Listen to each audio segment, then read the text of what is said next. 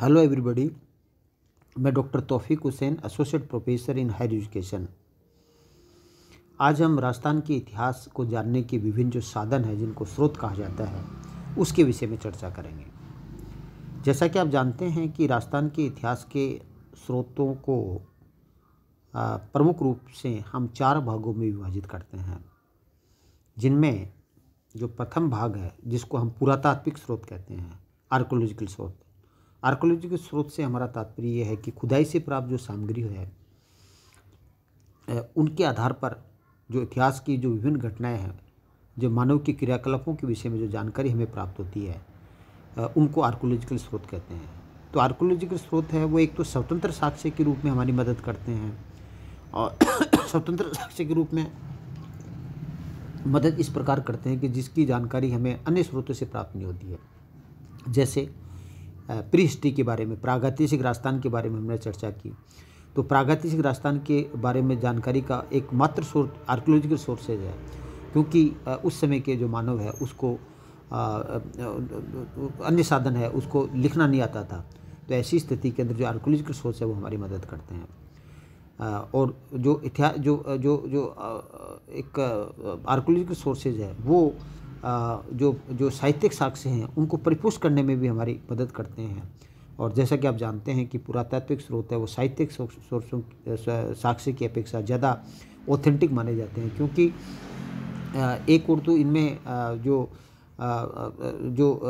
एक तो ये समकालीन होते हैं, समसामयिक होते हैं, अर्थात ये उसी काल का वर्णन करते हैं जिस काल के ये होते हैं, जिस काल में मिलते हैं उसी काल का एक घटना का वर्णन करते हैं, और इसमें किसी प्रकार के परिवर्तन की संभावना नहीं होती। तो इसलिए पुरातात्विक साक्ष्य है वो साहित्यिक साक्ष्यों की अपेक्षा ज़्यादा ऑथेंटिक होते हैं।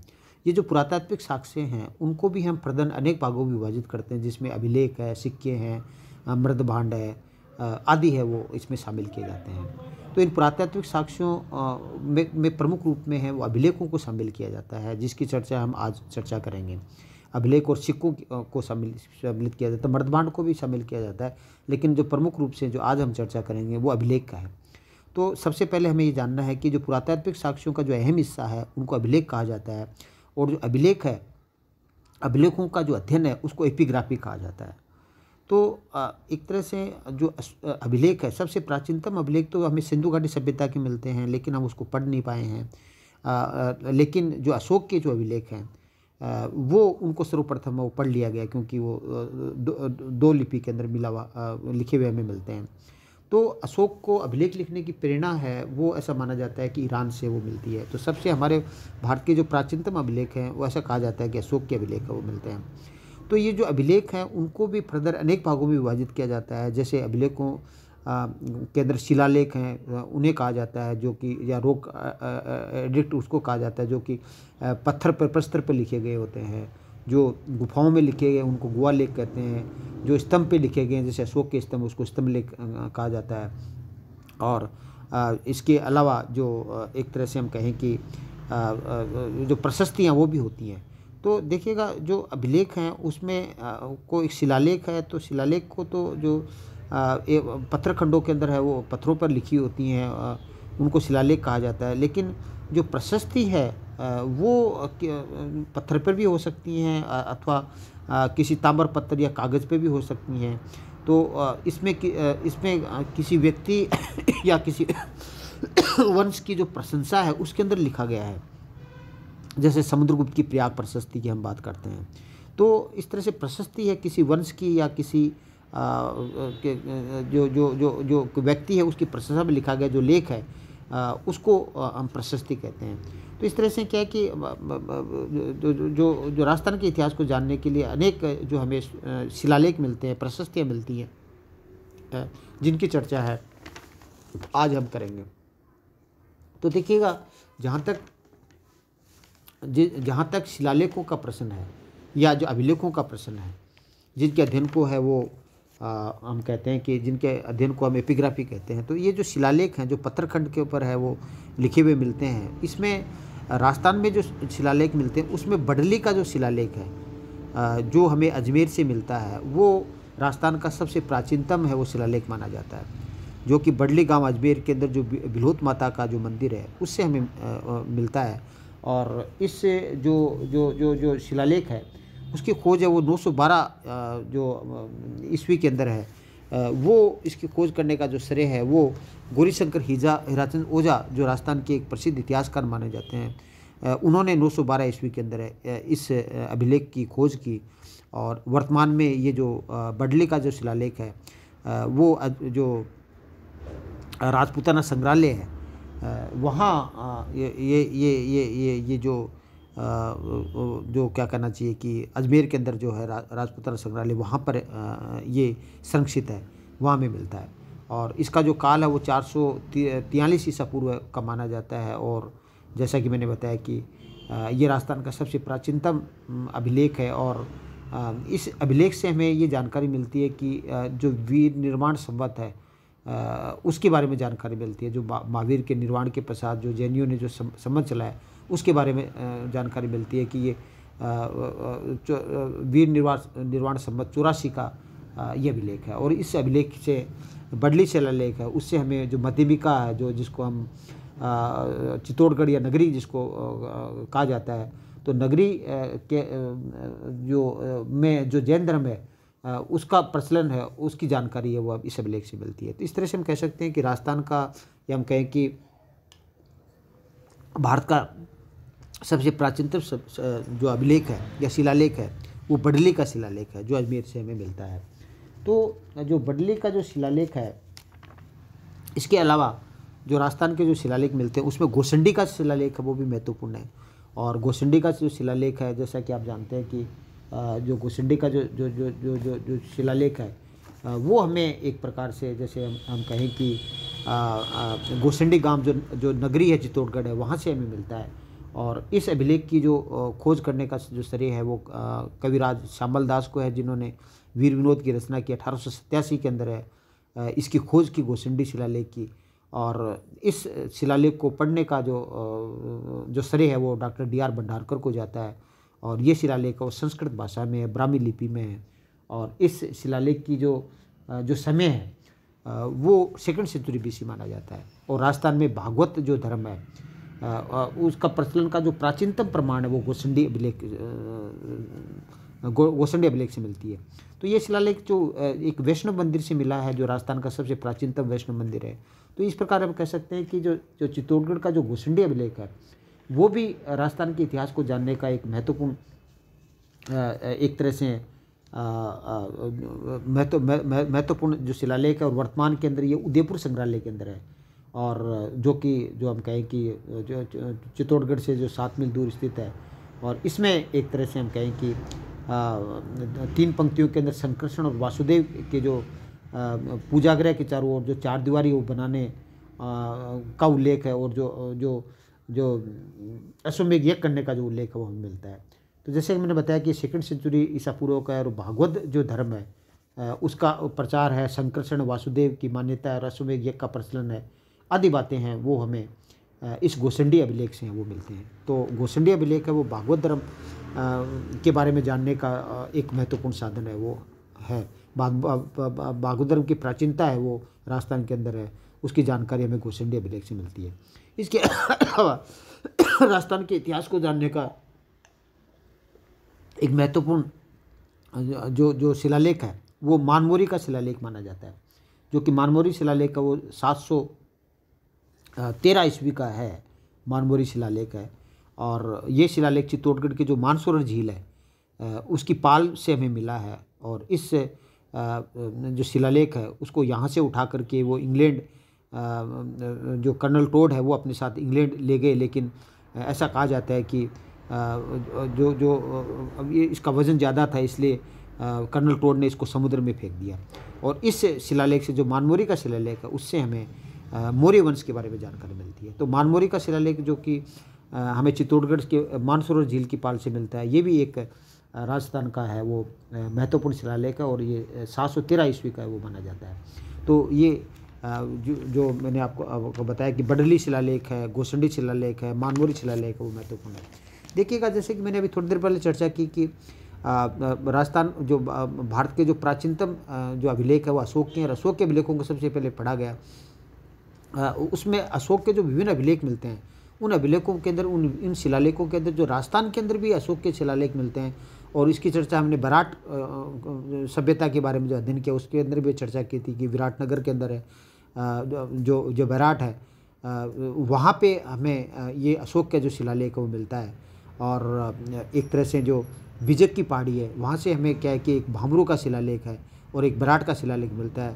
तो भामरू का शिलालेख है उसको इसकी खोज 1837 में है, वो कैप्टन बर्ड ने की। 1870 के अंदर है वो जो एक तरह से विराट शिलालेख है उसकी जो खोज है वो कार्लाइल ने की। तो भामरू शिलालेख है उसको 1840 के अंदर है वो कलकत्ता जो संग्रहालय उसमें भेज दिया गया, और आज कलकत्ता संग्रहालय में सुरक्षित है। और भामरू शिलालेख है वो इस दृष्टि से महत्वपूर्ण है क्योंकि इसमें अशोक है वो अपने आप को है वो मगध का राजा कहता है, और एक प्रकार से बुद्ध धर्म और संघ जो बौद्ध धर्म के त्रिरत्न माने जाते हैं उसके प्रति अपनी श्रद्धा व्यक्त करता है। और इसके अलावा बौद्ध भिक्षुओं को विनेश कुमस, अले वसानी, अनागत बयानी, मौनिगाथा, लागुलावाद ऐसे विभिन्न जो बौद्ध ग्रंथ है उसको पढ़ने की सलाह देता है। तो इससे ये जानकारी मिलती है कि अशोक बौद्ध धर्म का अनुयायी था, और अशोक है इस अभिलेख के अंदर वो पशु हत्या का निषेध का भी उल्लेख है वो उसमें मिलता है। तो इस तरह से हम कह सकते हैं कि जो राजस्थान का जो एक महत्वपूर्ण अभिलेख है, जो अशोक का जो भामरू और विराट का जो अभिलेख है वो भी है, उससे भी हमें एक महत्वपूर्ण जानकारी है वो अशोक के बारे में महत्वपूर्ण जानकारी भी मिलती है।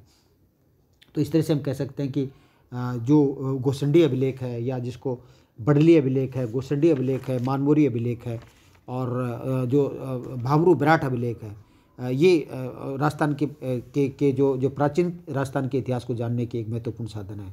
इसके अलावा जो अभिलेखों की हम चर्चा करें तो इसमें जो कीर्ति स्तंभ प्रशस्ति है, जो प्रशस्तियों की हम चर्चा करें तो कीर्ति स्तंभ प्रशस्ति है या विजय स्तंभ प्रशस्ति है, या जिसको विष्णु स्तंभ प्रशस्ति कहा जाता है वो भी महत्वपूर्ण है। और जो कीर्ति स्तंभ प्रशस्ति है, जैसा कि आप जानते हैं कि जो चित्तौड़गढ़ जो दुर्ग है उस पर है ये जो प्रशस्ति है वो अंकित है, और इस की भाषा संस्कृत है, और इसका जो लेखक है वो अत्रि भट्ट को वो माना जाता है। हालांकि अत्रि भट्ट ने लेखन कार्य का प्रारंभ किया, लेकिन उसकी मृत्यु होने के कारण से उसके पुत्र जो महेश भट्ट है उसने इस कीर्ति प्रशस्ति है वो के लेखन का कार्य पूरा किया। और जो कीर्ति स्तंभ प्रशस्ति है उससे हमें जो गुहिल वंश है जो जिसको सिसोदिया वंश कहा जाता है, गुहिल वंश या सिसोदिया वंश है उसकी जानकारी हमें मिलती है। और इसमें जो महाराणा कुंभा है उन्होंने जो विभिन्न उपाधियाँ धारण की, जिसमें जो राणा रासो है, हाल गुरु है, दान गुरु है, अभिनव भट्टाचार्य है, आदि जो विभिन्न उपाधियाँ धारण की वो उपाधियाँ हैं, उनकी जानकारी हमें कीर्ति स्तंभ प्रशस्ति से मिलती है।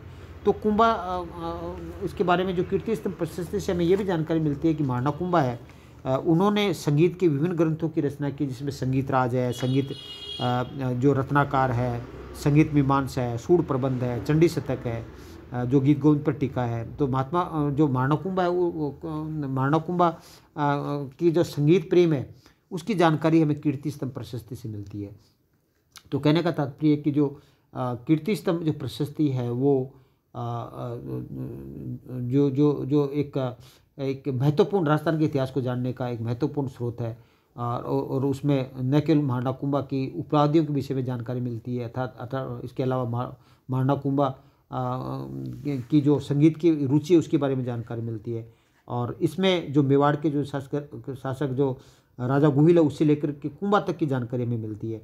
और इसमें जो महाराणा कुंभा ने जो मालवा गुजरात की जो विजय प्राप्त की उसके बारे में भी जानकारी मिलती है। और इसमें ये भी जानकारी मिलती है कि महाराणा कुंभा ने जो मांडेपुर है से जो भैरू जी की जो मूर्ति है वो चित्तौड़गढ़ लेकर के आए उसकी जानकारी मिलती है। और महाराणा कुंभा ने जो कुंभलगढ़ है और चित्तौड़गढ़ है उसमें जो कुंभ समाधि का जो मंदिर का निर्माण करवाया उसकी जानकारी भी हमें क्या करना चाहिए जो कीर्ति स्तंभ प्रशस्ति से मिलती है। तो कीर्ति स्तंभ प्रशस्ति जिसको विजय स्तंभ प्रशस्ति या विष्णु स्तंभ प्रशस्ति कहा जाता है, इससे भी राजस्थान के इतिहास के मध्यकालीन राजस्थान के इतिहास को जानने का एक महत्वपूर्ण स्रोत है, इसको कह सकते हैं। इसके अलावा जो कुंभलगढ़ प्रशस्ति है वो भी राजस्थान के इतिहास को जानने का एक महत्वपूर्ण स्रोत है। और इसमें जो कुंभलगढ़ दुर्ग के अंदर जो कुंभ स्वामी का मंदिर है जिसको मामादेव का मंदिर भी कहा जाता है, उस पर ये प्रशस्ति है वो उत्कीर्ण मिलती है। और ये प्रशस्ति वो 5 शिलाओं पर उत्कीर्ण है और इसकी भाषा संस्कृत है और इसका लेखक है उसको कान्यवास को माना जाता है। तो गौरीशंकर हीरा चंद ओझा है वो इसके लेखक है वो महेश को बताते हैं, जो कि सही नहीं है, जबकि अब इसके जो लेखक है वो कान्यवास है। और इसकी जो जानकारी है इसमें जो गुहिल वंश के राजा जो कालभोज है, जो बापा रावल के जो पुत्र थे, उसकी जानकारी इसमें मिलती है, लेकिन वो सही नहीं है। तो इस तरह से हम कह सकते हैं कि इसमें जो राजा हमीर है, जिसको विषम घाटी पंचानन है, उसकी उपाधि दी गई, इसकी जानकारी मिलती है। तो एक तरह से इस अभिलेख के अंदर ये भी जानकारी मिलती है कि कालभोज या बापा रावल ने जो हरित ऋषि के आशीर्वाद से वो राज्य प्राप्त किया। 734 ईस्वी के अंदर है वो मानमोरी को पराजित करके चित्तौड़गढ़ के दुर्ग पे अधिकार किया। तो इस तरह से जो हम कहें कि जो कुंभलगढ़ प्रशस्ति है, वो भी एक प्रकार से हम कह सकते हैं कि राजस्थान के इतिहास को जानने का एक महत्वपूर्ण स्रोत है। और ये जो कुंभलगढ़ प्रशस्ति है वो कुंभलगढ़ के अंदर जो कुंभ स्वामी जो मंदिर है और उस पर हमें खुद अंकित वो मिलती है। तो कुंभलगढ़ प्रशस्ति है वो हम कहें कि जो राजस्थान के इतिहास को जानने का महत्वपूर्ण स्रोत है। और एक तरह से ये 460 ईस्वी का ये शिलालेख है और इसमें जो मेवाड़ के महाराणा है उनके जो वंशावली है वो विशुद्ध रूप से वो दी गई है, उसकी जानकारी हमें मिलती है। तो इस प्रकार से हम कह सकते हैं कि जो कुंभलगढ़ प्रशस्ति है वो भी राजस्थान के इतिहास को जानने का महत्वपूर्ण स्रोत है। इसके अलावा जो राज प्रशस्ति है वो भी राजस्थान के इतिहास को जानने का एक महत्वपूर्ण स्रोत माना जाता है। तो राजसमंद झील की जो पाल है वहाँ पर ये राज प्रशस्ति है वो मिलती है। और जैसे कि आप जानते हैं कि राजसमंद झील का निर्माण है वो राज सिंह ने करवाया। और ये जो राज प्रशस्ति वो 25 काली शिलाओं पर है वो अंकित मिलती है। और इस प्रशस्ति की जो भाषा है वो संस्कृत है और इसके जो लेखक है वो रणछोड़ भट्ट है, रणछोड़ भट्ट तेलंग को माना जाता है। तो इस प्रशस्ति में कुल 1106 श्लोक हैं और 24 सर्ग है वो हमें मिलते हैं। तो विश्व की सबसे बड़ी जो प्रशस्ति है वो राज प्रशस्ति को माना जाता है। और इसमें एक प्रकार से जो मुगल मेवाड़ जो संधि जो 1615 के अंदर हुई उसकी जानकारी वो भी मिलती है। और इसमें मेवाड़ वंश का जो इतिहास है और किशनगढ़ की राजकुमारी चारुमती और मेवाड़ के साथ साथ जो राज सिंह का जो विवाह हुआ 1660 में उसकी जानकारी मिलती है।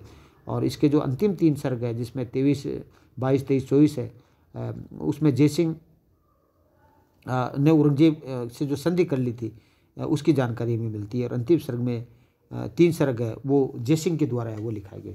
तो राज प्रशस्ति है वो भी हम कहें कि राजस्थान के इतिहास को जानने का एक महत्वपूर्ण स्रोत है। और ये जो हम कहें कि 1676 ईस्वी के अंदर है, इस प्रशस्ति को है वो 1676 ईस्वी के अंदर है वो इसको लिखवाई गई। और जैसे कि मैंने बताया कि ये जिसके रचनाकार रणछोड़ भट्ट थे और संस्कृत भाषा के अंदर है। और परंतु अंत के अंदर कुछ पंक्ति इसको हिंदी के अंदर भी दी गई है। तो इस तरह से हम कह सकते हैं कि इसमें न केवल राज सिंह की जो उपलब्धियां हैं उसकी जानकारी प्राप्त करने के लिए ये उपयोगी है, अपितु जो इसके अंदर जो 17वीं शताब्दी के मेवाड़ के जो सामाजिक, धार्मिक और आर्थिक इतिहास की जानकारी वो हमें मिलती है। और जो एक तरह से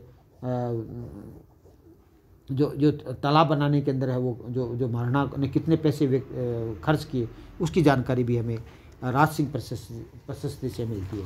इस प्रकार राजस्थान के जो अभिलेख हैं उसमें हमने महत्वपूर्ण अभिलेख, शिलालेख और प्रशस्ति के बारे में चर्चा की। लेकिन एक जो महत्वपूर्ण शिलालेख है इसकी चर्चा करना जरूरी, जो बिजोलिया का शिलालेख है जिसके बारे में हमने अध्ययन है वो पहले भी किया है।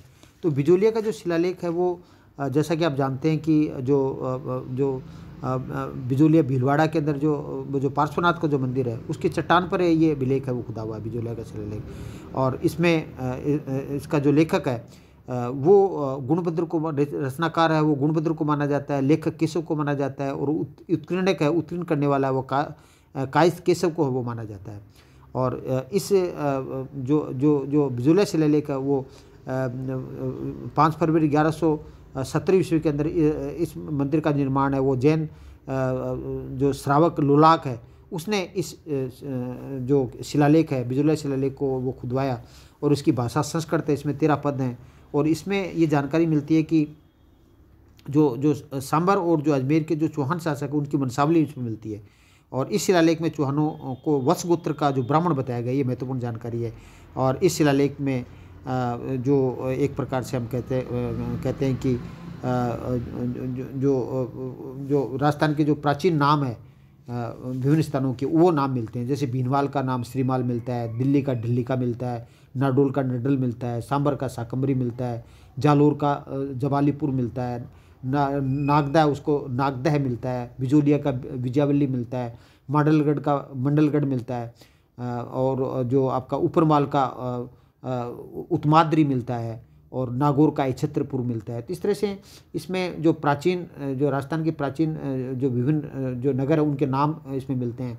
और इसमें जो चौहान वंश का जो संस्थापक है उसको वासुदेव चौहान को माना गया है कि 551 ईस्वी में चौहान वंश की स्थापना की, और सांबर झील के निर्माण करने का जो श्रेय है वो भी वासुदेव चौहान को है, वो जाता है। और इसमें ये बताया गया है कि चौहानों की प्रारंभिक राजधानी वो छत्रपुर अर्थात नागौर थी। तो इस प्रकार क्या है कि जो बिजोलिया शिलालेख है वो राजस्थान के इतिहास को जानने का एक महत्वपूर्ण स्रोत है। और ये जो शिलालेख है, जो बिजोलिया का जो शिलालेख है, उसमें एक प्रकार से क्या है कि जो भूमि अनुदान है उसकी जानकारी भी मिलती है, और कि किस तरह के कैसे मध्यकाल के अंदर भूमि अनुदान है वो दी जाती थी। और इस अभिलेख के अंदर जो विग्रहराज चतुर्थ है उसने दिल्ली पर अधिकार किया था, उसकी जानकारी भी हमें मिलती है। तो इस तरह से हम कह सकते हैं कि राजस्थान के इतिहास को जानने के लिए अभिलेख हमारी बहुत मदद करते हैं। शेष अभिलेखों की चर्चा हम अगले व्याख्यान के अंदर करेंगे। Thank you. जय हिंद, जय भारत।